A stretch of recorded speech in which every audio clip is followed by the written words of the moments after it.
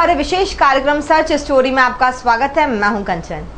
आधुनिकता और तकनीकी भरे इस दौर में हम जहां जीवन भर की भागादौड़ी में लगे हुए हैं, वहीं कुछ लोग ऐसे भी हैं जिन्हें अपने 2 वक्त के खाने के लिए जान तक देनी पड़ रही है।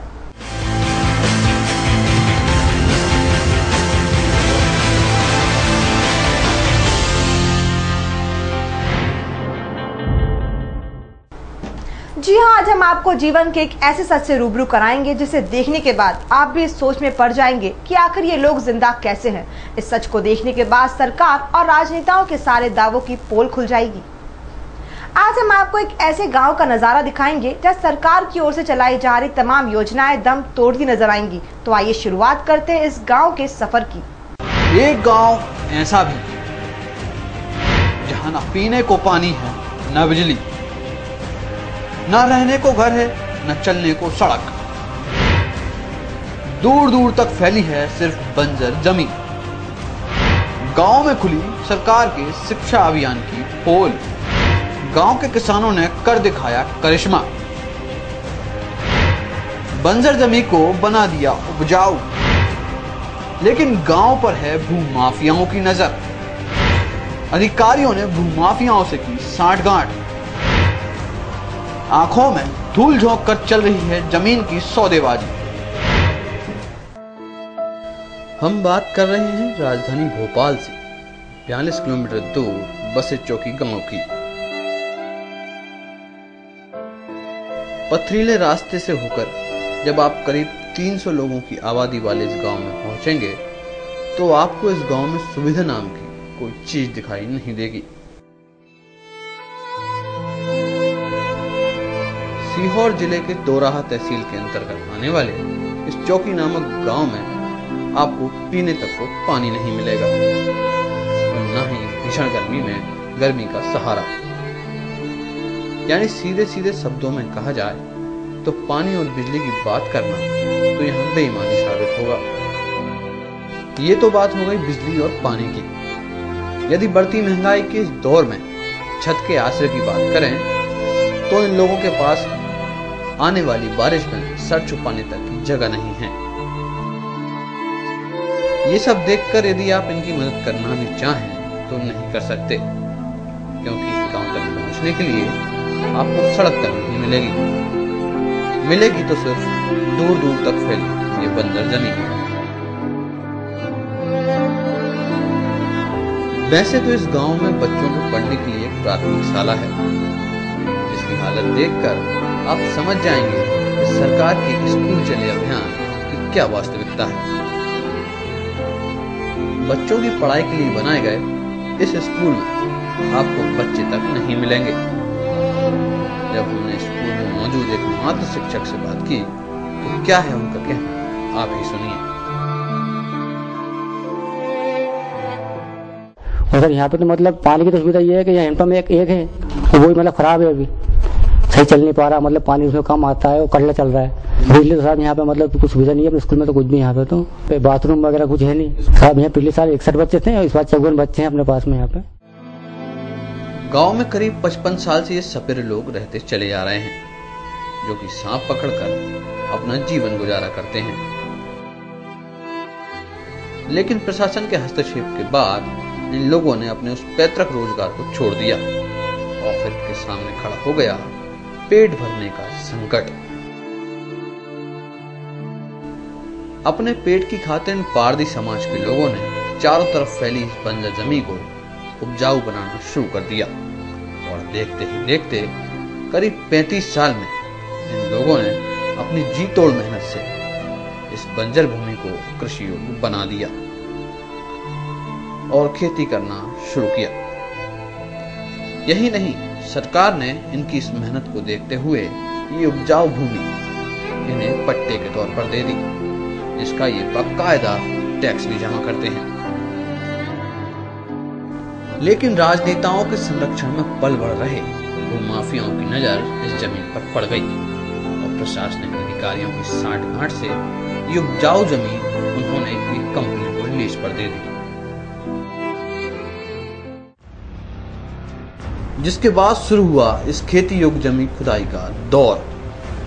लेकिन इस बंजर जमीन को उपजाऊ बनाने में अपनी आधी उम्र गुजार देने वाले इन लोगों को ये कतई मंजूर नहीं हुआ और इन लोगों ने अपनी मां समान इस जमीन को खनन से बचाने के लिए मोर्चा खोल दिया।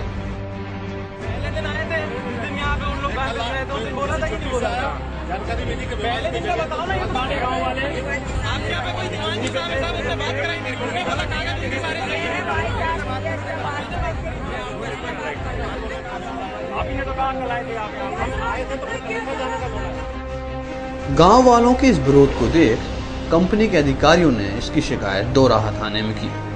इसके बाद बिना किसी जानकारी और सबूत के पुलिस ने गांव के 4 किसान शंकरनाथ, कुकानाथ, लल्लूनाथ और उदय सिंह को थाने तलब किया। जैसे ही थाने में बुलाने की सूचना किसानों को मिली तो शुरू हुआ वो मंजर जिसे देखकर आपके होश उड़ जाएंगे।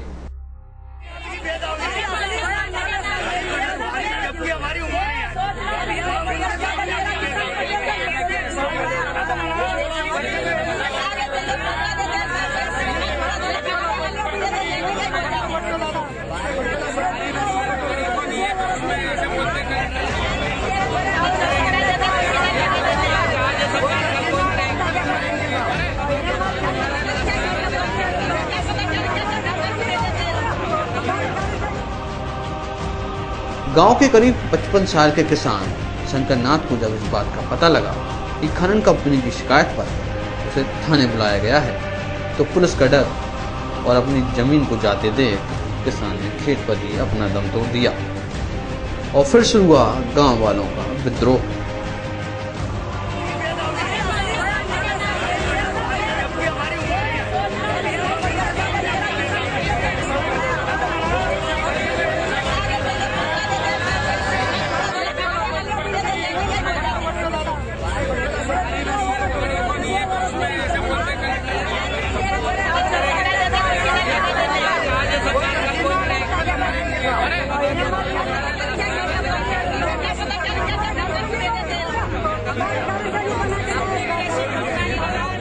आपका 60-70-80 साल से हमारा जमीन थी, हमारी रसीद की जमीन है, हमारी सरकारी जमीन रोक रखी थी, सरकार की चोरी करी थी। साहब तो हमारे तहसील भुगतते भुगतते हमारे बाप दादे मर गए और आप लूच में तहसीलदार कलेक्टर साहब ने लूच में दे दी हमारी जमीन।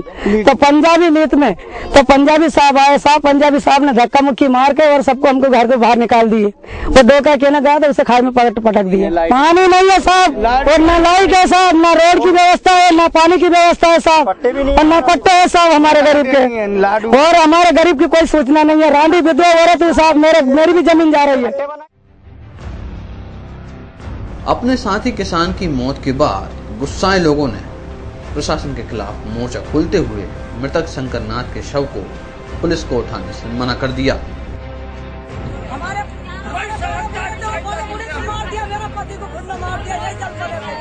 मेरा पति को आज 15 महीने हो गए साल मरने के लिए और अभी ये 15 महीने बाद में हमारा डॉक्टर भी चला गया। यही जमीन भी ले जा रहे हैं साहब। गांव वालों की मांग थी कि जिन प्रशासनिक अधिकारियों ने खनन कंपनी को जमीन लीज पर दी है वे खुद आकर हमारे हालात देखें।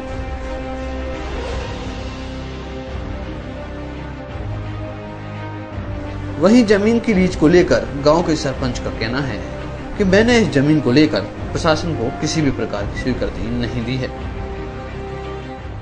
फर्जी मिली होगी, मेरे मुताबिक की नहीं है। तो आरोप में सच होगा तो वो तो उछलेगा, अपन को कोई उससे डर भय की बात नहीं है। सचिव के बारे में अपन को निर्देश दिखेगा सच है तो सच निकलेगा तो अपन तो सचिव को दोषी माना जाएगा। पीड़ित किसानों के इस विद्रोह के चलते मौके पर पहुंचे अधिकारियों ने किसानों से मृत शंकरनाथ के शव का पोस्टमार्टम कराने के लिए ले जाने की लाख गुजारिश की, लेकिन गुस्साए लोगों ने इससे साफ इनकार कर दिया।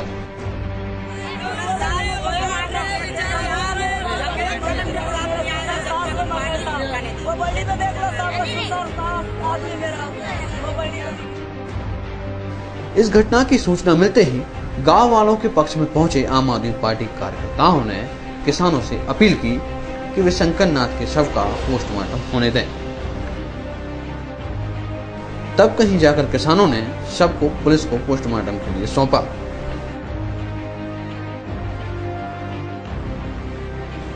अपने साथी की मौत के बाद किसानों ने मौके पर मौजूद अधिकारियों से मांग की कि उनकी वर्षों की मेहनत पर पानी न फेरते हुए उनकी इस जमीन के खनन की अनुमति रद्द की जाए। जमीन के ऊपर जमीन के कहते कि मेरी जमीन गई साहब। इसके ऊपर ही साहब इसने क्या मालूम खाना भी नहीं खाया कि नहीं खाया साहब। इनकी टपरिया यहाँ है, मेरा घर वहाँ है साहब। इनने मुझे सुबह बुलाया कि 2-3 सिपाही आए थे, थानेदार आए थे कुछ जो कल के, तो वो आए थे तो इनने लेके थाने में अपन को बुलाया 4 आदमी को साहब। तो वहाँ अपन को चलना पड़ेगा। तो मैं कहा ठीक है अपन चलेंगे। तो खाना माना खा लो फिर अपन चलेंगे। वो ऐसे कह के साहब मैं घर चले गया और वो यहाँ से उठ के साहब के मैं खेत देख के आता हूँ। तो खेत देखने के लिए गया साहब और हमने फिर थोड़ी देर से ध्यान किया कि आया कि नहीं आया। तो देखा तो साहब वो हमको खेत में पड़ा ही दिखा हमको साहब। तो ये साहब एक पंजाबी ने जमीन लीज पे ले ली और फिर थाने में बुलाया था हमको हेड साहब ने। हम 3-4 आदमी पहुंचे थे भी, मतलब पारदीप पहुंचे थे, हम भी पहुंचे थे। वहाँ जाके दीवान जी ने ये बोला कि भाई तुम लड़ो मरो मत, इनका इतने कागजात है कि इसमें कोई फायदा नहीं, तुम सरकारी कार्रवाई कहीं भी करो और इनसे मारपीट मत कर देना। जुर्माना दिया साहब, हर साल देते हैं, हर साल जुर्माना जमा करते हैं। तहसील की जमीन तहसील कोई अधिकारी सरकार के कोई तहसीलदार जैसे आज आए थे, कोई अधिकारी आते रहे। मौके पर पहुंचे अधिकारियों ने भी माना कि कहीं न कहीं कोई गड़बड़ी तो हुई है और इसी के चलते उनका कहना है कि इस मामले की बारीकी से जांच कराई जाएगी और दोषियों के खिलाफ कार्रवाई। सरपंच और जैसा कि सचिव की बातों से विरोधाभास है, वो रिकॉर्ड देख के जो है उसकी जांच करेंगे और वस्तुस्थिति से अवगत करेंगे। वैसे जो है लीज प्रावधान है कि जो है विधिवत घोषणा पत्र जारी होता है, अहमत होता है, जैसा हुआ होगा इसकी जांच करेंगे और किसी के साथ जो है अन्याय ना होगा। शासकीय भूमि जो है और उसकी लीज जैसा कि हुई है और शासकीय भूमि पर जो है अभी स्वामित्व नहीं है, तो उसमें जो है प्रकरण देख करके मालूम होगा कि उसमें क्या क्या जो है रिकॉर्ड में आया है, सुनवाई हुई है।